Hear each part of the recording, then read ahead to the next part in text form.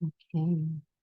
All right. Welcome, everyone. Welcome to my dear friends who are attending live today, and welcome to everyone who is listening. And thank you so much for your support in this, what feels like quite a momentous moment in my life. And I have some Kleenex beside me because I'm expecting that I might have some tears a few times today. Um, it's a really special thing for me to offer this podcast, and particularly today because I've been holding this work, weaving the future, in my heart since it started, since it sort of birthed through me a number of years ago. And it's felt like climbing a mountain, kind of in the way that my master's thesis felt, that it was like every step felt um, really difficult in a way that I didn't expect. And I think because it's deeply personal to me and it feels very important. Um, so as I mentioned in my invitation to today, I recorded a few episodes, 5 or 6. I actually have one that I recorded that I haven't released yet. And for the last few years, I've been waiting to feel ready to get back to recording. And it's only since I've gone through a quite big transition in my life, which is a lot of what I'll speak about today, um, that I've felt ready to come back and say, okay, here's where I am at, and here's what I want to speak about. So, again, thanks to everyone for witnessing. And I also have a sense that a lot of us are asking really similar questions in our lives, especially at this moment in time, about how we can live and work differently. So, my intention today is to share about my journey over the past um, few years, and then to open up the floor for discussion among those of you that are here live to talk about your own questioning and as much as of your own journeys as you'd like to share as well. So that's what we're doing. So I'm going to open up some slides. So for those that are wanting to watch on YouTube, you can see these slides. And those of you that are just listening, there's no need to see the slides. I'll try to speak in a way that you don't need to see them. It's more to keep me on track than anything. So we're here to discuss the question of how we can live and work in radically different ways. And I will start by acknowledging that the land that I live on now feels particularly potent and poignant to me because I've made a very big leap to get here to Vancouver Island, um, and to the valley of the Cowichan peoples. And part of my journey was actually to put my hand on the land while Trevor and I were taking hapé, which is a like a ceremonial tobacco medicine. And I'd never really done this before, but I put my hand on the land and tried to speak to her and say, how would you feel if I moved here? Like, will you welcome me? And she kept just saying, slow down. Like, you're moving a little fast. Like, I don't really know you yet.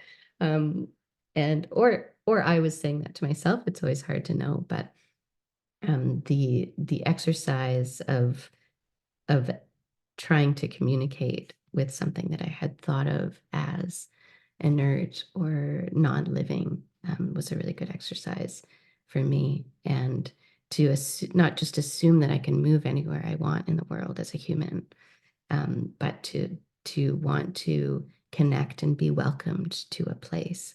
And I'm still quite early in that journey, so um, I'm slowing down as the land told me to. Um, so before I launch into some storytelling around my last few years, what I think of as this big transition that got me to where I'm sitting today, um, in this beautiful house that I'm in, with my partner Trevor, who's joined us today, and on Vancouver Island, I just want to ground in a few questions. So this will be the timeline that I go through in this story. And it's just a few, we all have long, complicated lives and stories. So I just tried to pick a few events over the last years that really um, stood out to me. And as I tell that story, I'll center around a few questions. So um, I think many of us notice that the way that life is lived these days, particularly maybe in North America or the Western world, there's a lot of exploitation, disconnection. I want to say sterility. The way I sometimes talk about it is we wake up in a box, and then we like go in our box to transport ourselves to a different box, and then we like look at this other box, and like there's just a lot of like our houses and our cars and our computers, and they're not connecting us to what it really means to be alive, to be human, to be animals. Um, so what is a vision for a different or better way to live? And that's a question that really drives me as I move through the world, particularly when I have the space and the capacity to ask these deep questions. And I particularly try to live from the question of how might we do this differently? How might it feel different? Um, and how might we start moving towards a different way of living and working and being in our lives, and in like as in my life as an individual, but also how might we all contribute to a change in the collective, that we can all kind of access this different way of being in the world. And so some of the words that really stand out for me as I feel into these questions and live these questions is I want to feel like there's justice in the world. I want to feel like there's compassion and meaning, that there's sacredness and joy, that it's sensual, that we're deeply human, that we feel like our animal selves, that we get to feel pleasure, that we get to celebrate regularly. And as I feel into this, I look at my friend Ange, who's here today, and feel such gratitude for North Country Fair, which is a beautiful festival that I grew up going to from childhood. And I met Ange there, and we played lots of music there and did so much celebrating, and really felt um, most like myself in that environment. I was like, this is what it should mean to live. We should all get to express deeply and wear our funniest, weirdest, beautiful clothes. And we should get to just make music all the time and not need to know exactly what every minute is going to look like, but instead just like walk around and see who we run into and stay up and watch the sunrise. And what would it feel like to bring pieces of that life into the rest of life, that it felt like the volume was turned up in that environment, and that there was color and joy. And yeah, that has stuck with me since childhood and young adulthood, and sort of driven these bigger questions. And some of the wording I've landed on, and I don't feel like it's quite capturing it, but it's starting to get there. What kind of life I want to live, or is a life that's materially simple and relationally rich. When you're camping at a festival, for example, you don't bring a lot of things. Try to have a comfortable bed and be warm enough and be ready for the rain and have enough food, and um, maybe you have some little like beautiful trinkets. And Ange was lovely to camp with, because she would create like a, a tent full of like beautiful saris and fabrics, and those things are what makes us feel connected. It's not having a lot of stuff, a lot of material possessions. um, and then there's this feeling of connection and shared responsibility and belonging with the people around us, the web of life, like all of the other living beings that are around us, and the land itself. Um, and of course, the thing that's on a lot of our minds is that um, there are parts of the web of life that are at risk right now, with climate change, with all the weird weather and the natural systems that feel threatened. It's important to us. I think the most important thing we can do is just remember that we are alive and we are part of these systems, and those systems are part of our bodies in some way. Um, and if we continue to feel disconnected from them, we're probably not going to find our way back to that regeneration. Um, and so I come often back to this meme that I picked up somewhere along the way, probably saw it on Facebook or on the internet somewhere, that so much of our society is based on this mindset, has this deep foundation or paradigm that humans are at the top of the food chain. We are um, supreme. There is human supremacy over everything else in the world, and we deserve to plow through the lives of other beings and habitats because we need jobs and cars and whatever else we think we need.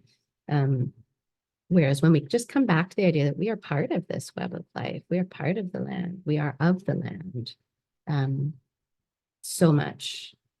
I think we'll live lives that feel so much more rich and meaningful and get at all of those words that I mentioned earlier, the celebration, the connection, the belonging, the pleasure, the sensuality, all of those things that we're really deeply missing and searching for. So how do we do that? Um, I think this is a question that we can't necessarily answer, but we can live it and we can try to tap into it every day. Okay, so from there, I'd like to tell a little bit about my story over the past years of how I've really tried to live those questions and at times really missed the point. I feel like I missed the point in a pretty big way and have done a major correction. And that's where I speak from today.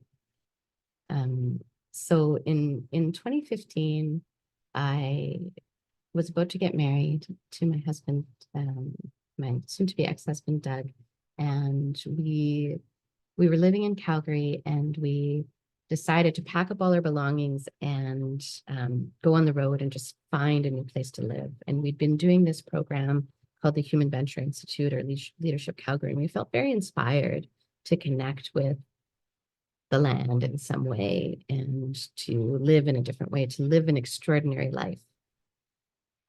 I don't think we really knew what that meant, but we were inspired to just jump out into the unknown and try to find it. And partway through that journey, we got a text from his sister who was buying a big piece of land.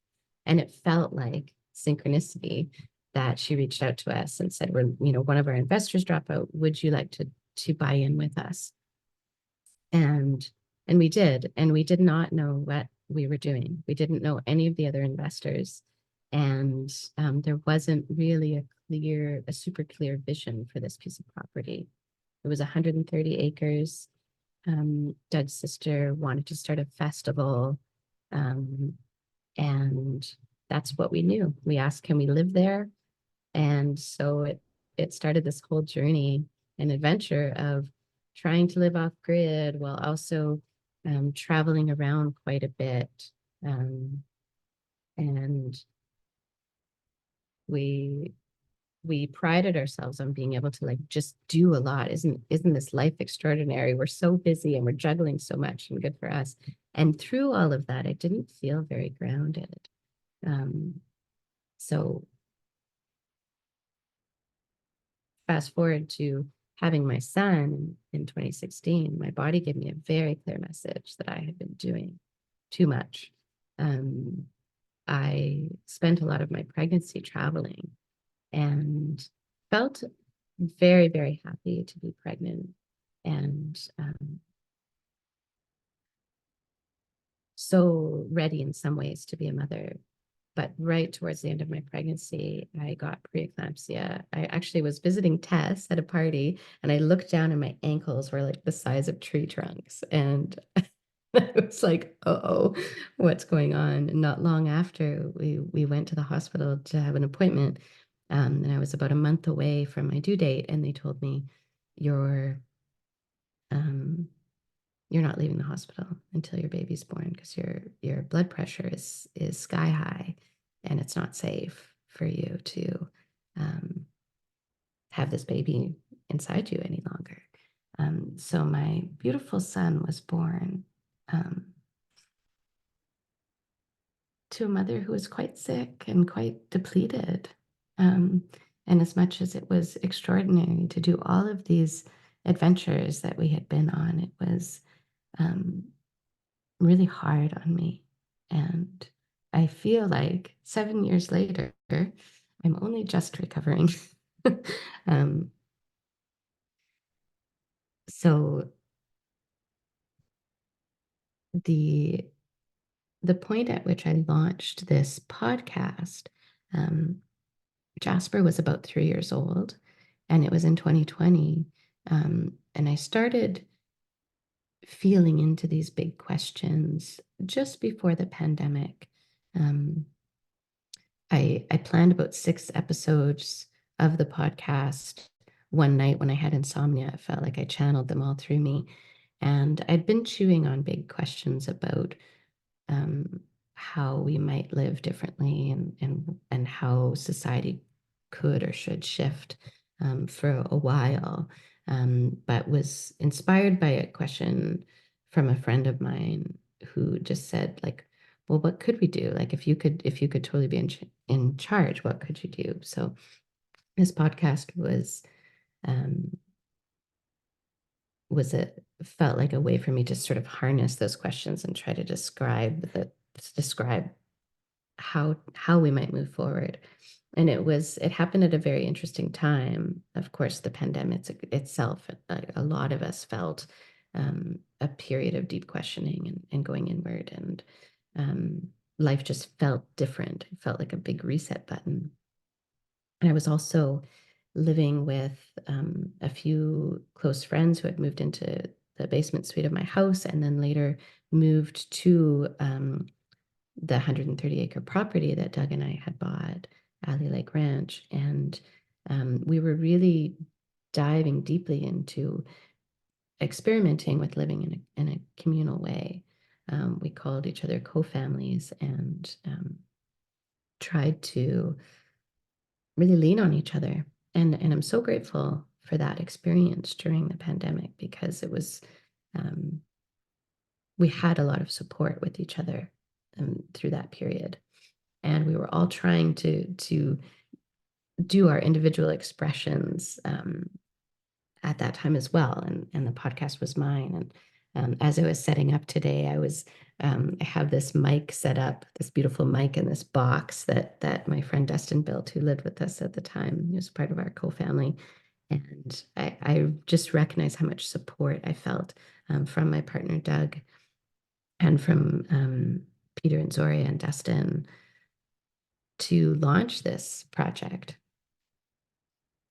Um, and we sadly, with that experiment of communal living and co-family, had a very big tragedy. Um, it was a difficult project anyway, and then we faced a forest fire in the valley that our land was in, and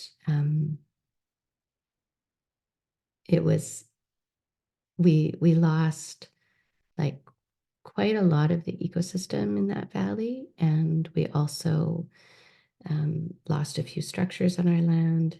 In particular, Peter and Zoria were living on the land full time, and they lost their house and all of the belongings in their house. And it was a deeply traumatic event for all of us. And we'd already in our communal living experience had been noting just how much our like individual and collective trauma from our lives were showing up and really affecting um, how to the extent to which we were able to collaborate with each other and get things done together and um, communicate and going through something like this together was just such a deep experience of seeing each other, how we can hold each other, and the limits to doing that when we're all going through trauma in our individual ways.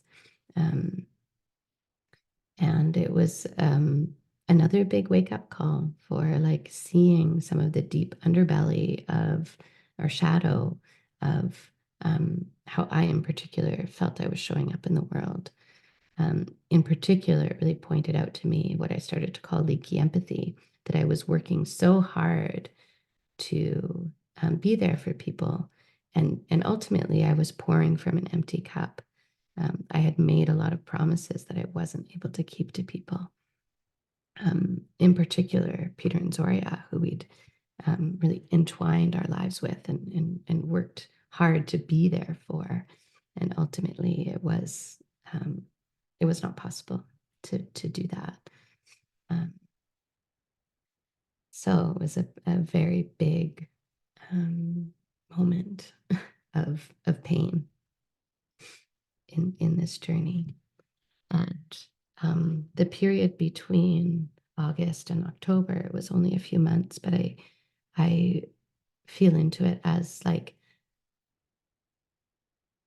so much dissociation and uncertainty about just how to be in my life. And I wasn't sure how to fill my cup again. And my partner Doug for years had been saying, like, go and do, like, go to a workshop, go and do something.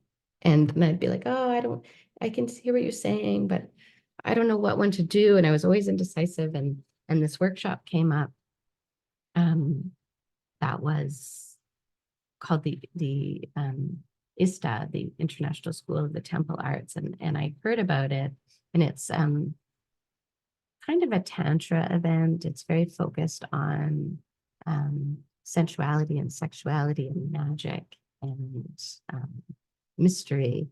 And so when I heard about it, I immediately said, yes, that's what I want to do.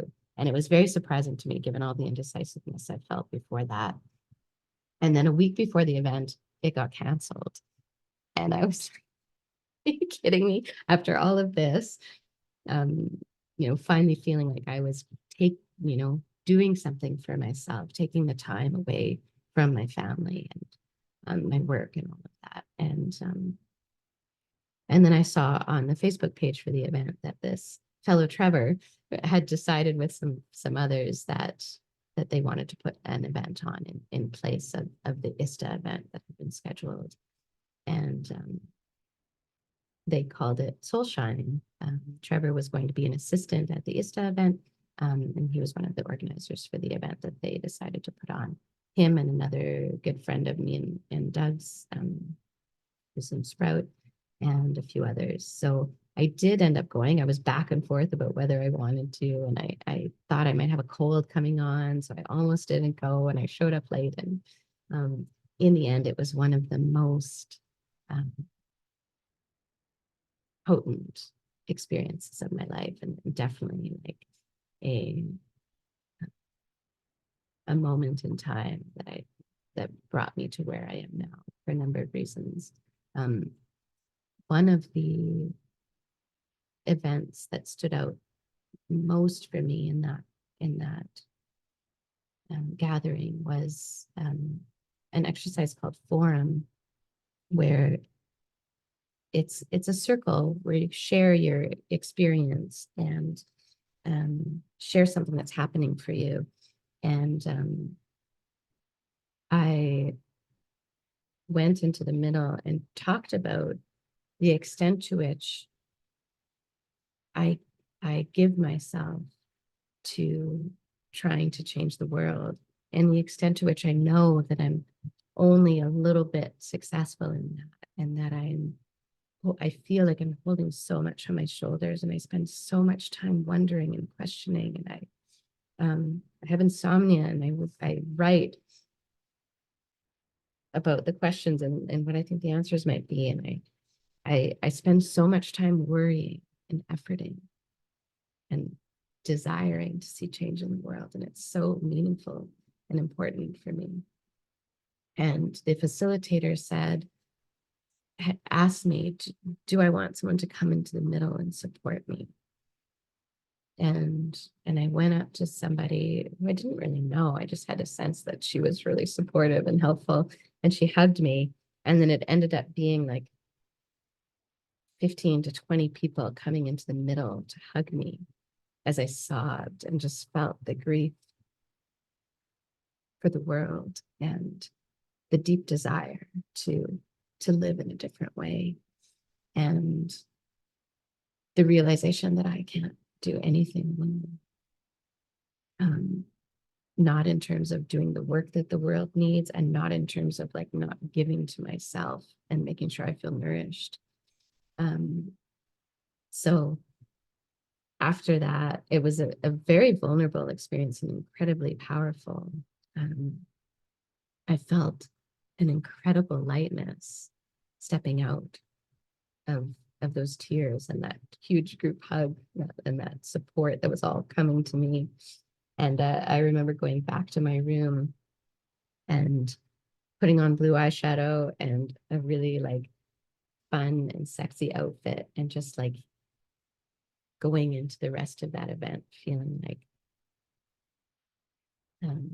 just really embodied and wanting to just live life from a place of um, just feeling the sensation of what it means to be alive, and understanding what it means to pour from a full cup in a different way, like what it means to feel happy and excited, and feel feelings of pleasure in my body. And at this event, I met Trevor, and it was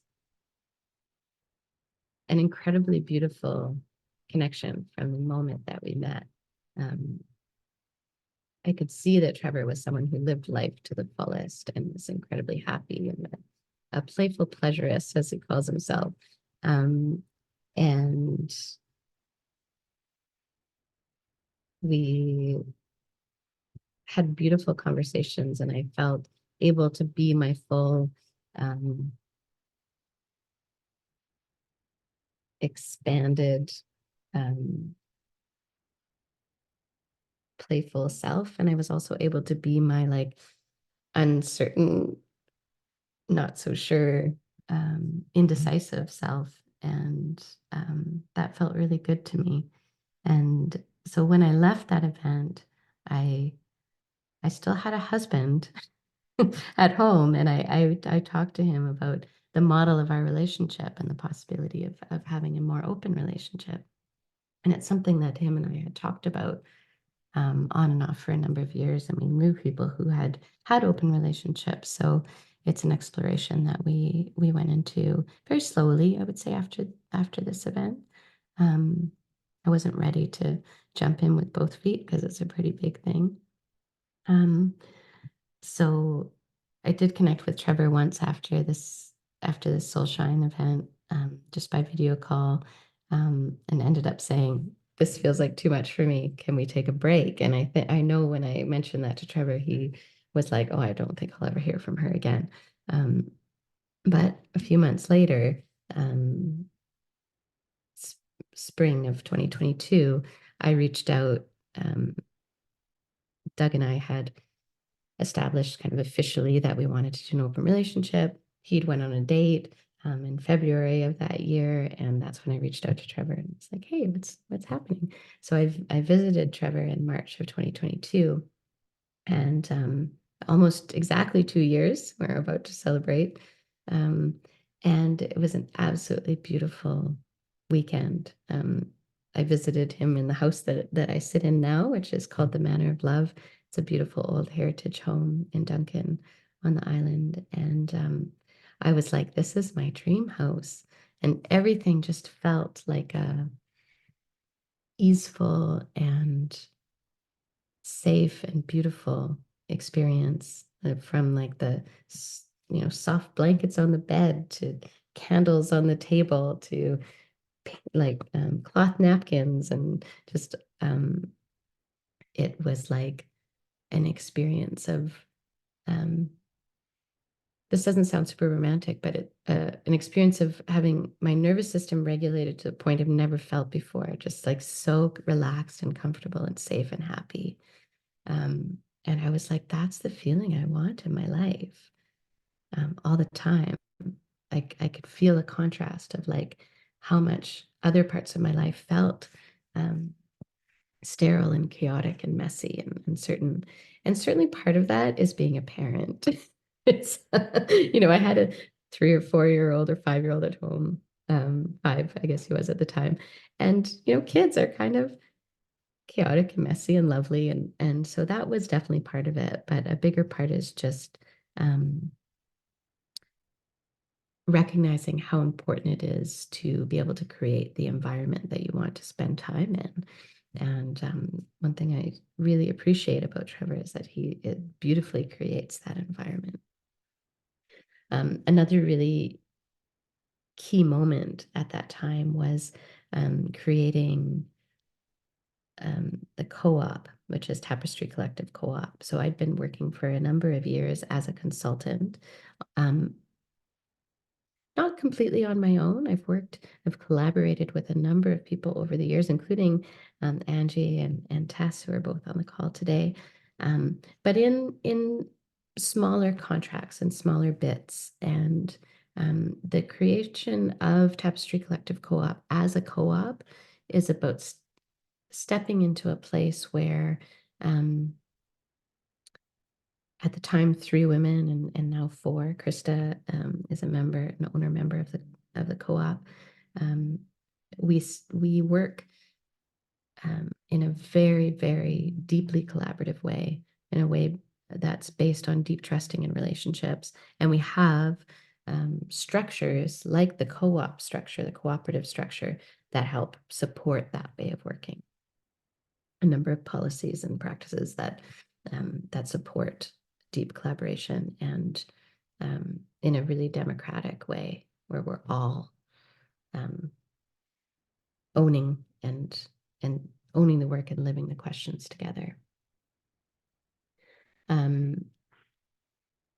So fast forward to October of 2022, and I went back and forth on this timeline, whether or not I should mark the transition of my relationship, where I should mark the trip that I took to the Amazon jungle in Brazil in August of that year, because I would say that was the final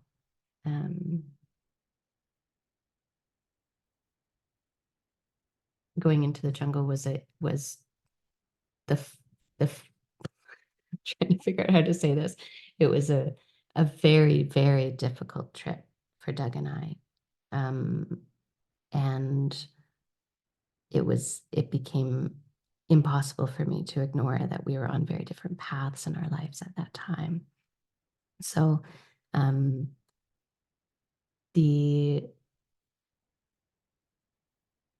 looking at the time, so I'm feeling unsure about how much of the jungle trip to share. So I'll try to summarize it as quickly as I can. Doug had gone into the jungle right around in the same year that we were married.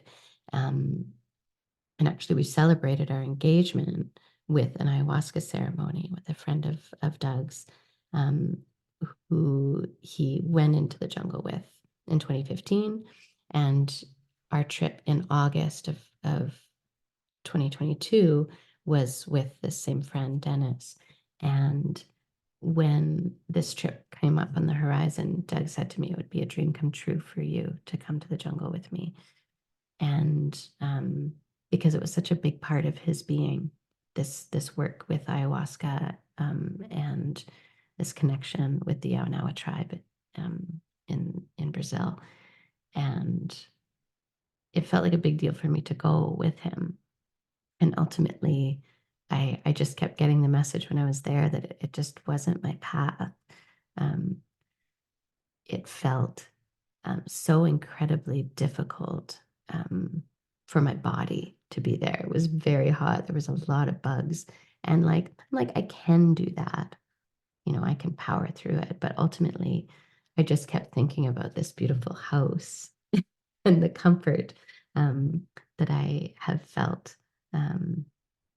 with Trevor, and the fact that the thing that feels most important for me and where I'm at in my journey is to have ease and feel a sense of love and softness and comfort, and all of that in service of I would say, regulating my nervous system so that I can live my life from a place that's centered and grounded and loving. So when it came to coming home from the jungle and continuing to live my life with Doug, I recognized that I wasn't able to continue in that relationship any longer. And I named that to Doug in late September, early October of this year, and of 2022. And around the same time, named to Trevor that I was interested in seeing whether we could live together and continue our relationship, because we've been doing this polyamory experiment, open relating experiment, where I was coming to see Trevor for about a week per month at that time. And it started to feel like my heart was in two places. My child was in Kamloops, and Trevor was on Vancouver Island. And so we started having the conversations in a real way in October of 2022 about how to transition so that I was able to sort of merge those lives and have my heart just in one place. And as you can imagine, it was a very difficult conversation in the early parts. And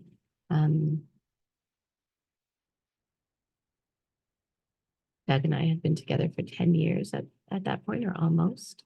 And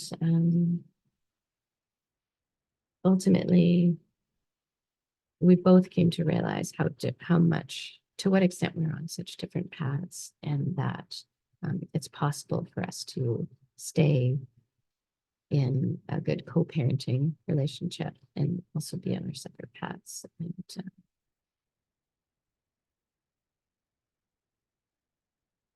And we lived under the same roof for a number of months, which was challenging, but also, we did our best to really lean into love and care for each other and taking distance when we needed to.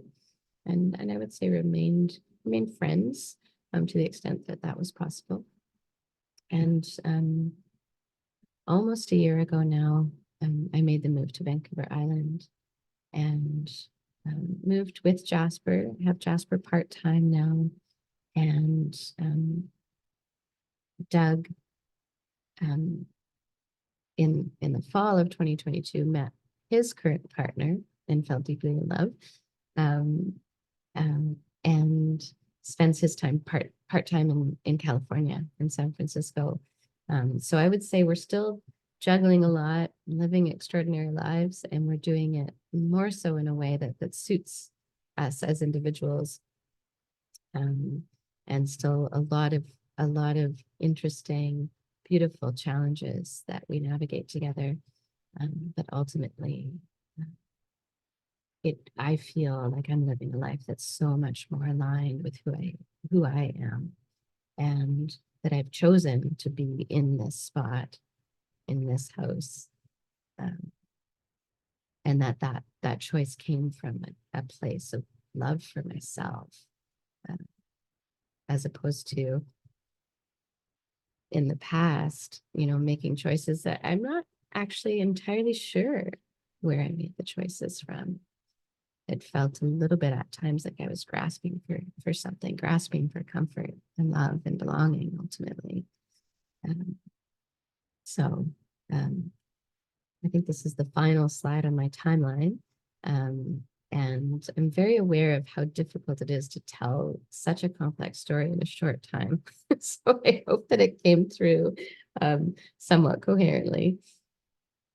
Thank you all for listening. And I will turn over to a few where I am now, a few summaries of where I am now, and then we can go into some discussion.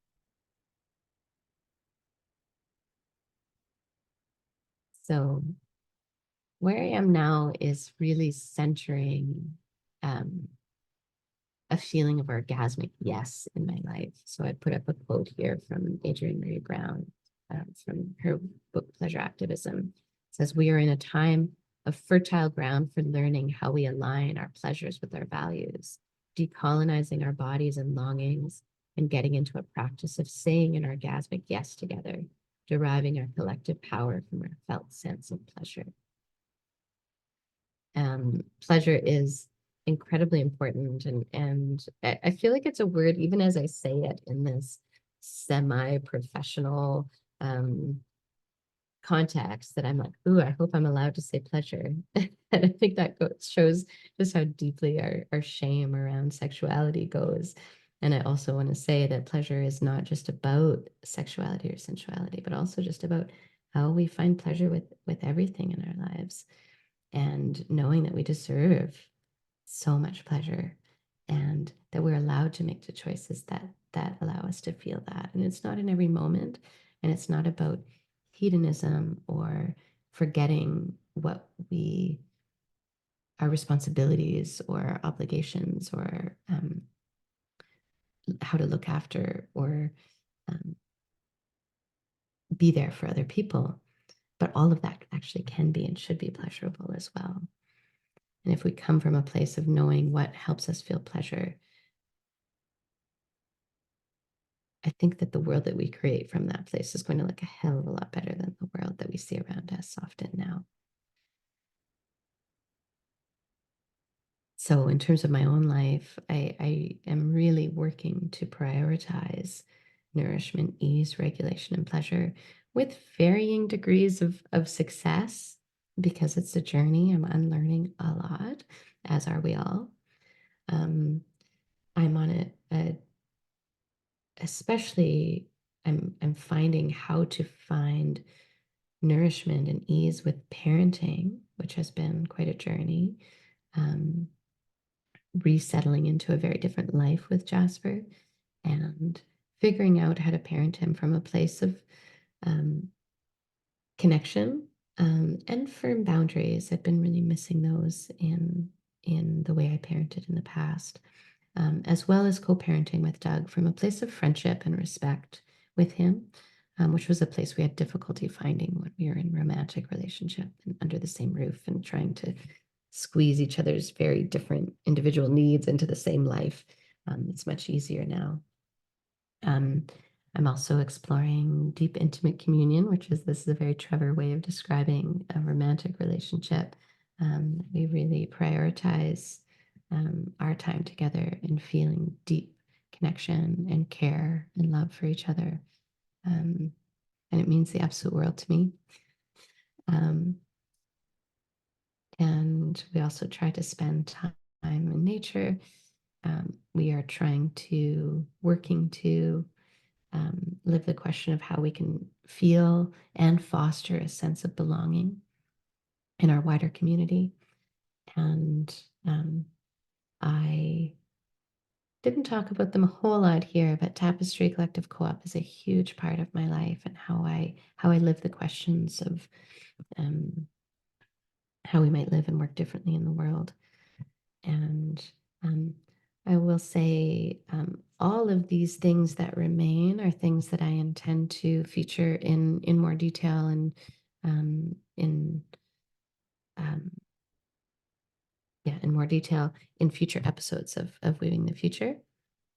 Parenting, communion, pleasure, nature, belonging.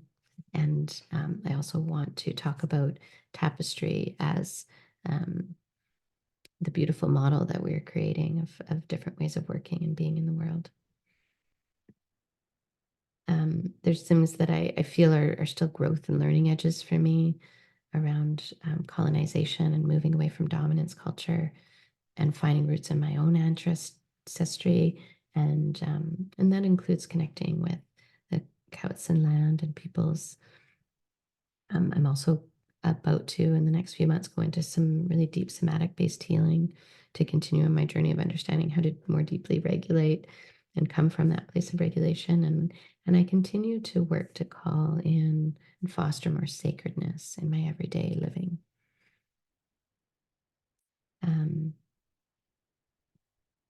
I have mentioned Tapestry Collective Co-op, and I've been talking about them as a microcosm for the change that we want to see in the world. So as I mentioned, I am quite excited to explore that more and have a Weaving the Future episode, probably more than one, where Krista and our other two colleagues, Bonnie and Lindsay, are able to speak about what we've created, how we've created it, and why we've created it that way. I also look forward to speaking more about the work that we do and how we do it, working with different systems in the world, including the nonprofit system and the food system, to some extent the education and the health systems, and how we're trying to understand how we might heal systems at the very root, particularly around the mindsets that drive those systems, the relationships, and the power dynamics. Some of the priorities that are really standing out for me in terms of our work right now are community food resilience. So not just growing our own food individually, but also how as a community can we create the infrastructure and the relationships that ensure that we all have the food that we need and deserve. Local economic development and community ownership. So that relates to food, but it also relates to housing and other economic structures. Communal living. Trevor and I live in a communal house. We also know a number of people doing ambitious and challenging community land projects. So that's on our mind often. And alongside underpinning all of that is also about understanding priorities of Indigenous peoples and how to support their priorities in leadership and governance. Okay, thank you everyone for listening. I will say that was quite a bit longer than I had thought it might be, but I also wanted to just deepen into sharing the story. So thank you so much for listening. I'm going to stop sharing and invite anyone who would like to turn on your camera if you'd like, just so we can all see each other. And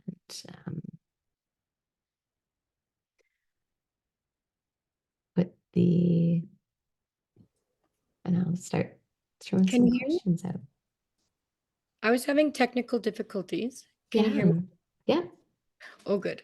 Yeah. As you know, I love my earbuds, or else I feel stuck to a machine. Yeah. And so, because of my ADHD, thank you for your forgiveness and your understanding. I could not sit still, and I did not want to be zipping around with the camera on. No one appreciates that. At any rate, I listened to every juicy drop of this. This was excellent. This was so excellent. And I can't decide my favorite part. I think my favorite part is that I've had the privilege to watch a lot of this unfold for you. And I've also had the privilege of being there when it hurts, when it just downright hurts. And I've also had the privilege of being there when it's just incredibly, unbelievably amazing. So you very eloquently described, in my opinion, a very important role that we all should heavily consider playing. And the division of the sense of community, if you will, is just, it's really supporting our, what did you call it? Dictatorship? No, patriarchy. It's patriarchy. I don't know. What did you call it? You had a good, Dominance culture. thank you. Dominance culture. I am still bitter. Um, it's, we're supporting that by not coming together, by not working together and understanding and working around. Like I am currently, as you know, my child is 16 now. And the more I learn about my ADHD, actually, the better parent I have been, because I'm like, wait a minute. Okay, what if we did it this way? And it works. And I'm like, the more we get authentic, which is what I see blossom, the more we encourage others to be authentic. And then we can come together as a community. And I want to thank you for putting this together and for sticking to your guns. I'm so proud of you. Thanks so much. Thanks for your words, and thanks for being here, and thanks for sticking to your guns.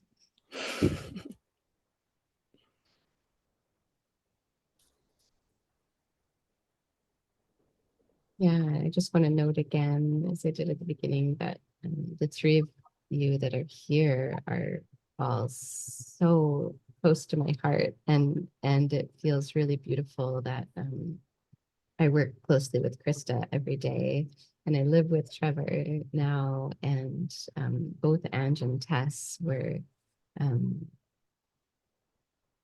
a big, huge part of my life when I lived in Calgary, and when I connected with Doug for the first time.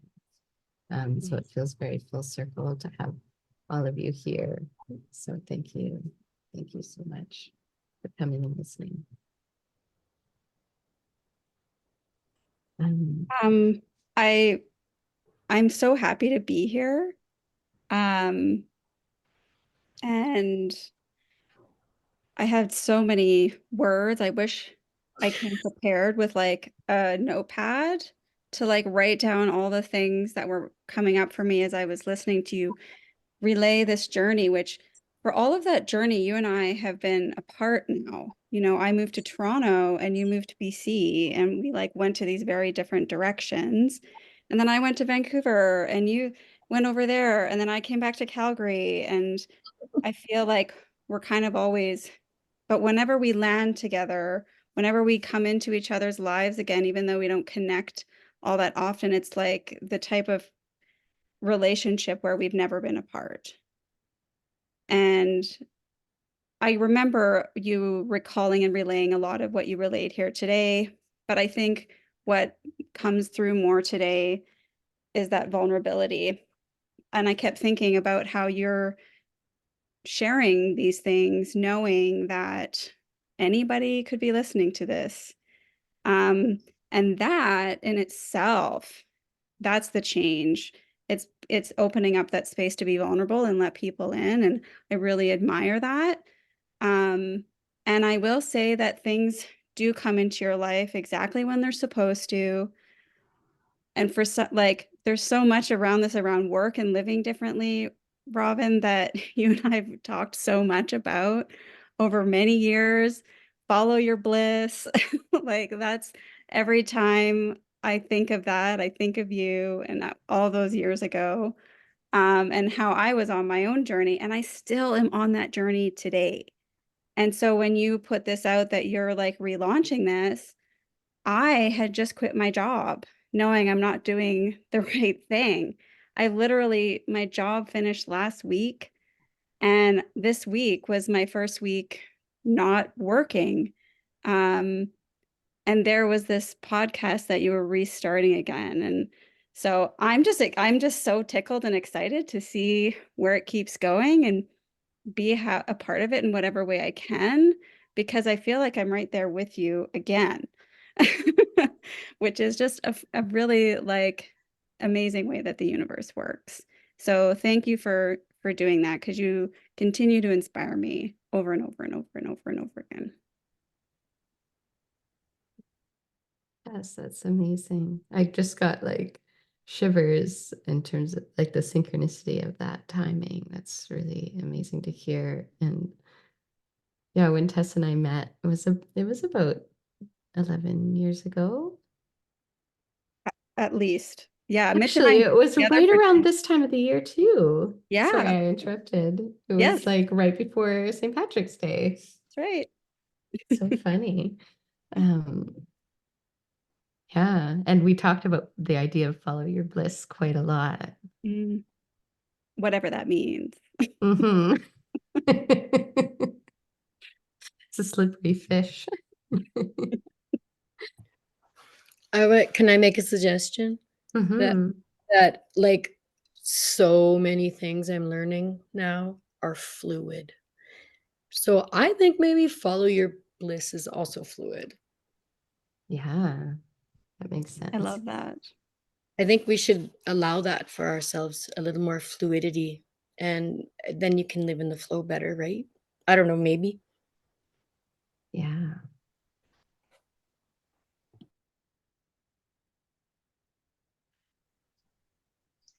So, on that note, and with that idea of living in the flow and being fluid, I'm wondering, for you all, when you think of the question of how to live and work in radically different ways, perhaps driven by following our bliss, or perhaps driven by a question of how we shift away from patriarchy or dominance culture and into deeper connection and belonging in the world.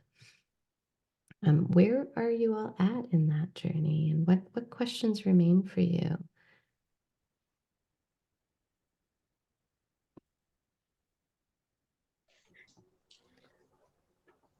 For me, that was many questions, and so now I don't remember any of them. Can you start with your favorite? What do Yeah, you want to know the most from me? yeah. Pick one. I'm Thanks for sorry. that. No, you don't need to be sorry. That's something I am working on. Thank you for your And space. He loves facilitating. complexities. I like complexities. So how do we let's I might say it this way. What stood out to you from what we talked about or what I talked about today? And what's next for you all as I individuals? can hop on that for a bit. Sure. Yeah, first off, I just want to acknowledge you, and Tess pointed this out, like the way that you're showing up in vulnerability and authenticity. I think it's Brene Brown says vulnerability is the key to connections. Like you are the microcosm for the macrocosm that we're all kind of hoping for. So just thank you for your degree of vulnerability and authenticity in your presentation today. So thank you for that. What keeps coming up for me in this conversation, it keeps coming up for me in life, is like so much of like when you talk about the exploitative, disconnected, sterile nature of our existence, you know, like the movement towards revillaging for me feels like it just hits a lot of those marks, right? Like how do we live in a way that's connected? How do we live in a way that's rich?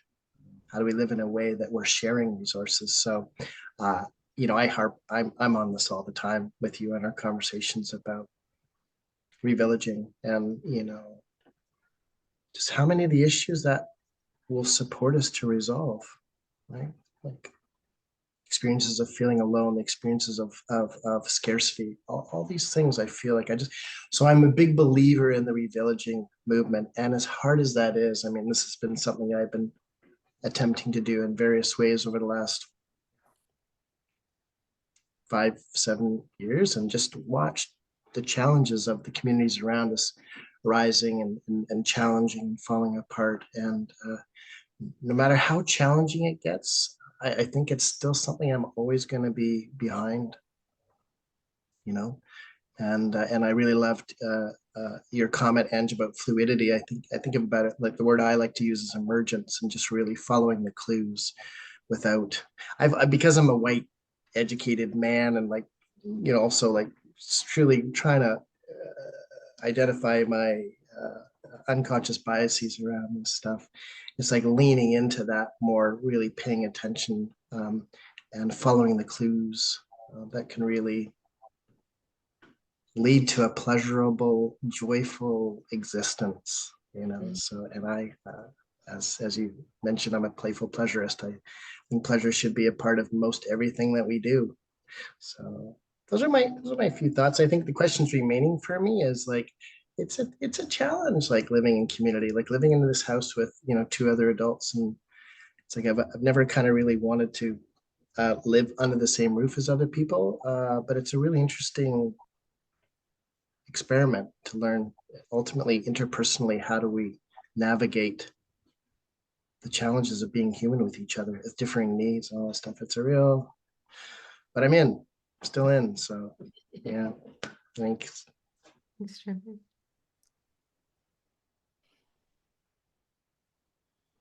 I don't know what, I don't think I could pick out what stood out the most for me. What, a pattern I saw, a pattern of myself that I saw was all the things that did stand out for me. So I'll try to just encapsulate that.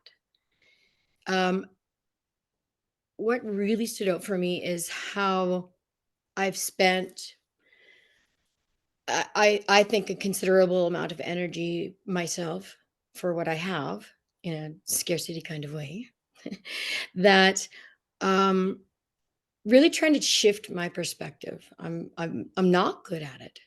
I'm practicing. But what I did notice was the commonalities that I related to throughout the story, all the points that really hit home were all things where I had shifted my perspective. Oh, yeah, I did do that. Oh, yeah, I used to think like that and I don't now. And oh, yeah, I have these friends that also think like this and can be like, hey, we don't have to do it that way. And I think that would be my biggest takeaway is that I am heading to better authenticity for me. And I have made some great progress as well.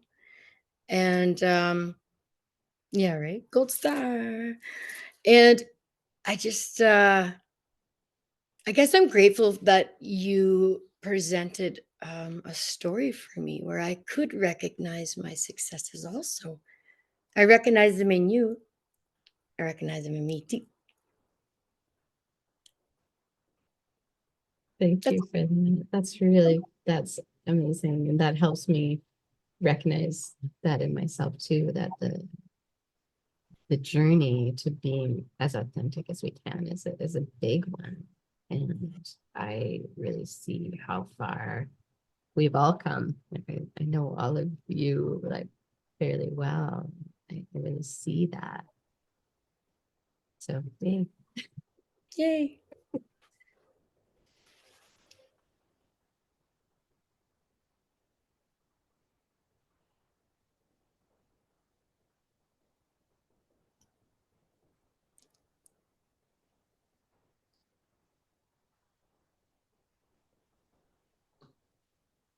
And one other thing I wanted to capture really at the very beginning of your talk there, you talked about the land saying, slow down. And I can't remember where it was I read it, but it was the term was a crisis of pace. And I think one of the challenges for me in this whole thing is while the world is speeding up to find ways to find the eddies to make my way to slow down, to slow down because it also seems to me that the acceleration of what's the saying you say? I don't know where we're going, but we're making good time or something. Yeah, it's like everything, like so much is better when it's slow, like making love or going for a walk in nature or just spending time with somebody. It just really feels like a key feature for how we can move forward. Is just and I feel challenged by the acceleration of what's going on. So that's another kind of question that remains for me is how do we slow down while everyone's speeding up? Mhm.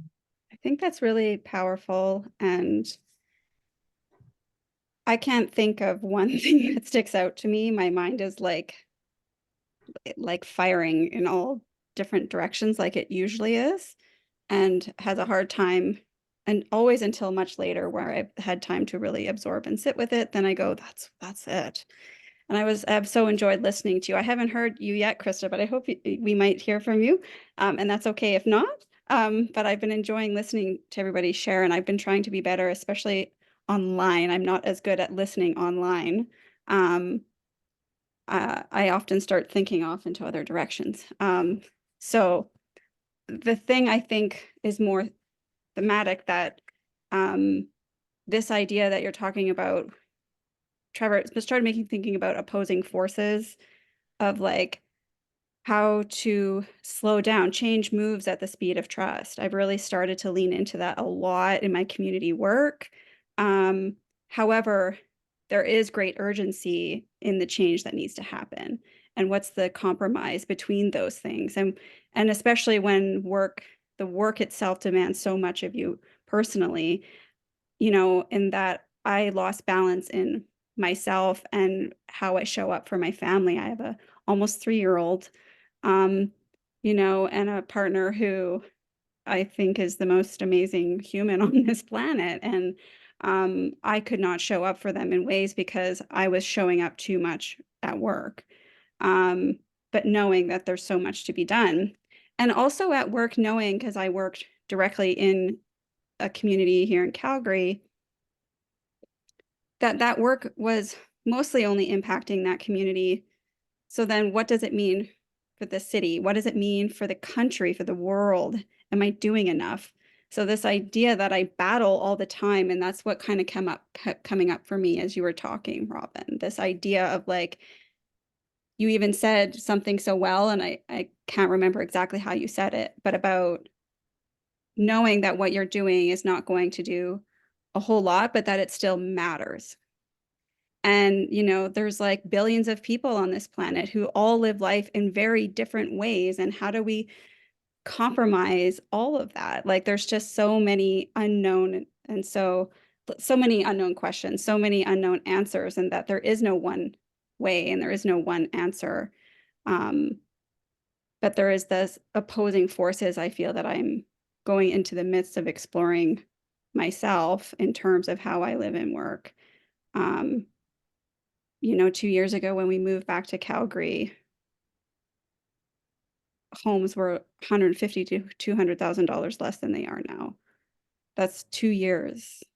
You know, life has changed radically for so many people here, and I worked directly with so many people, you know, who'd lived in that community, their community where I was working for so many years, and, you know, they can't afford to live there anymore. And so even the ability to make choices feels like such a privilege, that I have the privilege to make the choice where I've met so many people who don't feel like they have any choices at all. They're just trying to get through the day. And how do I compromise all of that? So yeah, everything you were saying was hitting home. I love that it challenged me, so some things made me uncomfortable, and I think that that's really important. And other moments where, just like Angie was sharing about, I also went, yes, yes, yes, yes. I totally feel that and identify with that. And I think that's the perfect sort of reintroduction into something where you like feel connected, and you also feel that discomfort that you can lean into and go, why am I uncomfortable with that? And what am I going to do about it? What am I going to do with that, Robin? Well, let me tell you, I'm just kidding. We're going to move from it. Thank you, Tess. I so deeply appreciate you. Thank you for sharing your heart and your mind as you do so often. Yeah, it's just so meaningful that you're here today. Thank you. And all the best with grappling with these big questions. Like it feels like it's quite on your heart right now as you left your job and you're deciding your next steps. So yeah, I'm here as much as you want to talk about it, because as you know, I'm asking them deeply too. Yeah. Krista, I don't want to put you on the spot, but I definitely would love to hear your voice if there's anything you want to share. I've unmuted. I'm here. I just want to say thank you so much, Robin. I love the authenticity and that you bring in everything. And I feel so grateful to be witness to this, to you all the time. And one thing I think that we all come to a lot in the work that we do, it's like, how do we take the world into our hearts without feeling that overwhelming? Because there's so much emotion, whether that's grief, whether that's frustration, or trying to make the change that we know can happen. And it's how do we, and I think that's something that I think I've been working with myself too, is like, what is that bite-sized approach is what I keep coming back to. I think that's probably something that straight from your mouth, Robin, now that is coming out of mine. But it's what is that bite-sized approach? What is what I can do right now? And it's like without that, like, because you don't want to overwhelm, but then you don't want to underwhelm. And then there's that authenticity of being vulnerable, going deep, but then also getting lost in it. And so it's finding I'm going back to, like, the water, that slowness, the calm, but also the rapids, and it's just, I guess, the fluidity, right? So, yeah. And also, I always appreciate the honesty and the rawness of motherhood. I'm home with two sick, my girls are sick again. And I was like, I could pretend to get on my computer, but I'm showing up how I am today. And it's just, and when you said, I think it was like, you're only now 7 years feeling like recovered from, and it's not recovered, but you know what I mean? It's because it is such a transition, and it changes so much of who we are and how we carry ourselves. And I don't think we prepare ourselves for parenthood. And I don't think the space that we exist within as a society welcomes parenthood as well, especially in work. And like when we talk about radically working in radically different ways, right? It's hard. And so, yeah, those are my musings in the background here. Thanks, Krista. And yeah, I just want to say one of the things I love most about Tapestry is that we spend a lot of time connecting with each other at the beginning of every team meeting. We probably spend more time checking in than we do talking about work often. Yes. Because it's so important to support each other. And a lot of that is supporting each other as parents. 3 out of the 4 of us are parents. And I particularly appreciate how much you presence your journey as a mother, Krista. You are like such a mothering, nurturing figure, and your dedication to being there for your daughters is so inspiring. And from your support with them in hockey and dance, and then being on the pack, and then like advocating in the school system as well. Like, it's just such a big part of how you show up in the world. So yeah, I'm really honored to work with you. Thanks, Robin.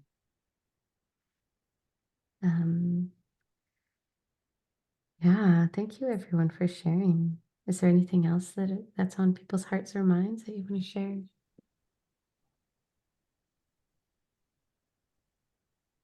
I have one more share. And Krista, you reminded me of it, the sense of overwhelm as we look to the world and just see what we see.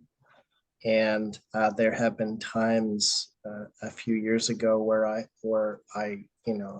I'm a generally pretty relaxed guy, not very anxious, but I think I probably had a panic attack at one point, just like thinking about what was happening in the world, and my ability to be with, I don't know what term to use it, the suffering or the challenges in the world has sometimes just been incredibly overwhelming. And I've wondered for a while, how do I keep my head above water here? How do I, yeah, and there's been a couple of things that have really helped me keep my head above that overwhelm. And one is to surround myself with people who are authentic and do want to dance and celebrate. And so I'm really appreciating the community. We started to host those belonging circles with our larger community. We live in a community. We do our heart circles. We have celebrations. And I think for me, that really makes a big difference, that I have this little microcosm of what could be. So that kind of buffers me up. And the other thing for me is to be really connected with something that feels like, I think you sent me a podcast on collapse psychology, or the collapse thing. And I'm like, wow, the collapse. Wow. Yeah. Collapse. Like, it's like, there's a part of me that's come to terms with the collapse to some degree, and just watching that big, we call it the great turning, right? That big cycle that's happening, and really connecting to projects that feel like, even if I don't see the sprout come up through the earth, I know I'm planting seeds, right? Helping to change consciousness. I really think that's kind of at the heart of how we'll change things. Is like Einstein says, you don't you don't solve problems in the same level of consciousness that created it. So I just really think what we're doing here and having these kinds of projects can really feels like planting the seeds that will, I have just faith that they'll germinate. And so I think that's for those of us that are feeling overwhelmed. It's like, where are our communities? Where is our village to celebrate and dance? That's why I'm so much into celebration. I think it's just like, let's have fun. Let's enjoy each other's company. So, but that's been a big challenge, just watching the world and knowing how to interact with it. And like you say, these bite-sized pieces. It's a really good term. I like that. I'm going to hold on to that. So thanks for naming that.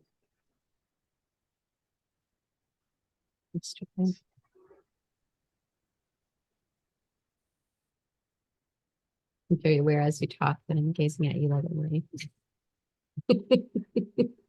What was that? I said I'm very aware as you talk that I'm like gazing at you lovingly. Like, that's why I love him. It's we are so aligned trying to hold back a little bit.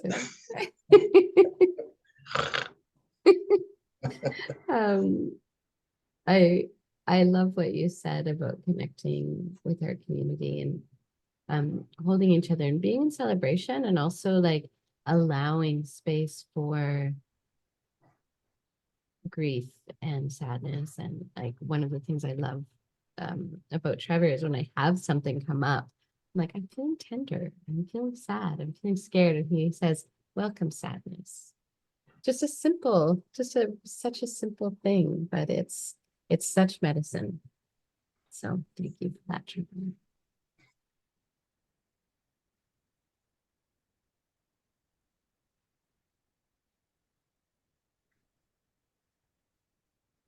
Well, I really appreciate conversations like this. And in the last few minutes, I'd love to ask a few questions of you three as a small group.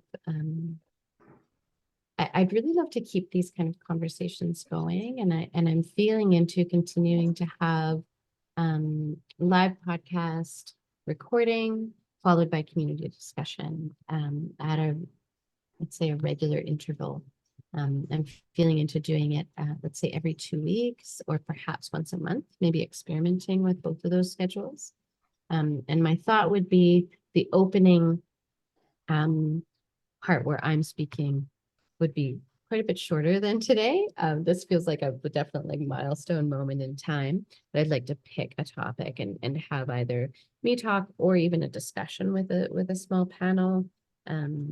And then an opening up for a community discussion. So I'm curious if that feels appealing for those of you that are here, if you have a strong opinion about monthly versus biweekly.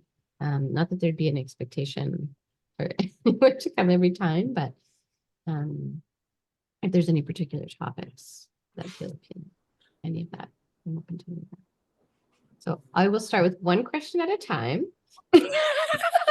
Would any of you be interested in joining something like this again? Okay. Aye. Wonderful. And do you have any strong thoughts on whether every 2 weeks or every month would be more or less appealing? I have commitment issues, so you just got to tell me what it is, and then I do my best. Okay. That makes sense, yeah. Authenticity. And I have no idea what I'm doing. So No. so whatever works for you. Yeah, that makes sense. And I'm trying to feel that out. Like on one hand, every 2 weeks feels like I could fall into a bit of a rhythm with it and like have more momentum and not overthink it, which actually feels really important to me. just to be like, okay, what's the topic? I'm going to put a couple of slides together. I'm going to say a few things, and then we're going to just assume that the conversation will really propel it forward. And I have a sign behind me that says less prep, more presence. We try to really work with that in our lives and in our work. So I might try that and just do it for the next few months, maybe until summer.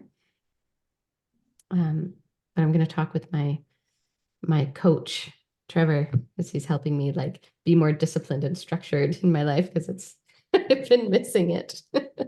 And I'll decide. So are there any topics or questions that feel like you'd really like to dive into them? Revillaging. I would like to know something, because no one's really been able to answer it for me. Can you stop that sound, please? What I would like to know is, when you are a like mind of this idea of revillaging and communal living and gathering resources and sharing and all the beauty of this, the problem that I run into is that I don't have that community of like tribe mates. So I've really been focusing on find my tribe mates, trying to meet more people, do more things, all of these things. And when we're talking about these kinds of ideas where we want diversity, absolutely yes. But I also need to make sure that some of the things aren't going against my values and my morals. So we can agree on end goals, but you can't be tribal mates if your values and morals don't align to a degree. How does one go about finding that community where they live? Because some of us aren't able to spearhead like you and gather and draw, and it's just like, maybe that's not my role or so and so's role or so and so's role. So, but doesn't mean we don't need that community. How does one find it, get it, collaborate, just like make it? It's I'm running into roadblocks and I need help. Thanks for Hi, naming everybody. that I have to question. run. Hi, Trevor. Thanks for joining. Nice to meet you all. Yeah, such a question, such a big. Anyways, something to discuss at some time, should you want to. Yeah. I feel it's a really important question. I'm going to also dip out because I can't sit anymore. Yeah, thanks for naming that. And thanks for taking care of yourself during the call too. Thank you for allowing space for that. I had to like audibly remind myself. I was like, it's Robin. She would want me to make sure that I'm okay. Of course I would. Thanks, guys. Love you, Ange. Thanks for coming. Bye. Bye.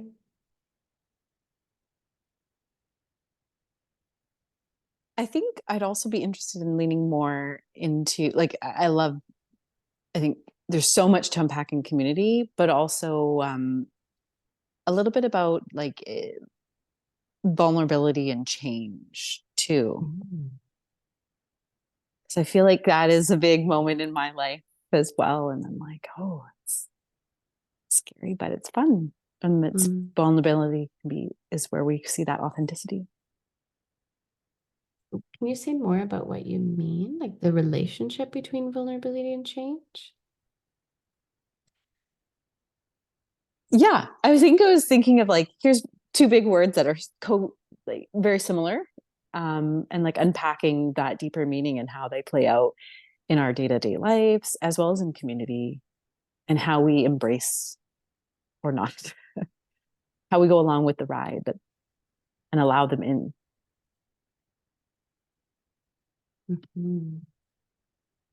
Beautiful. I didn't think about doing like focusing specifically on vulnerability and change or transformation. Yeah.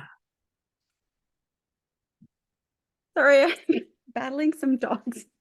I just want to be with you. Yes, she misses her parents. Mm. She's very sweet. I think because it's something that I'm going to also be exploring, and I think it was briefly mentioned, but where does grief fit within our lives? What is our relationship with grief? And I mean all the kinds, ecological, communal, and the deeply personal loss, loss of connection, loss of relationships, loss of a centering with yourself. All these various forms of grief that has been coming up a lot for me. Grief has been a big theme in my life the last couple of years. But I'm working on shifting what that narrative means. Because it essentially, in my experience and from what I observe of others, it deeply impacts how you show up every day. And it can fluctuate from moment to moment, day to day, month to month, year to year, and so on. But I think ultimately, because I think culturally here have a very unhealthy relationship with grief. And when I look on it as something that I have experienced in a profound way all of my life, from an early age, which I thought was normal, but it's not everybody experiences grief or a lot of it at all or until later. And so that's something that I'm working on. And if you are looking for some joy, just get a couple of small dogs. Oh my gosh.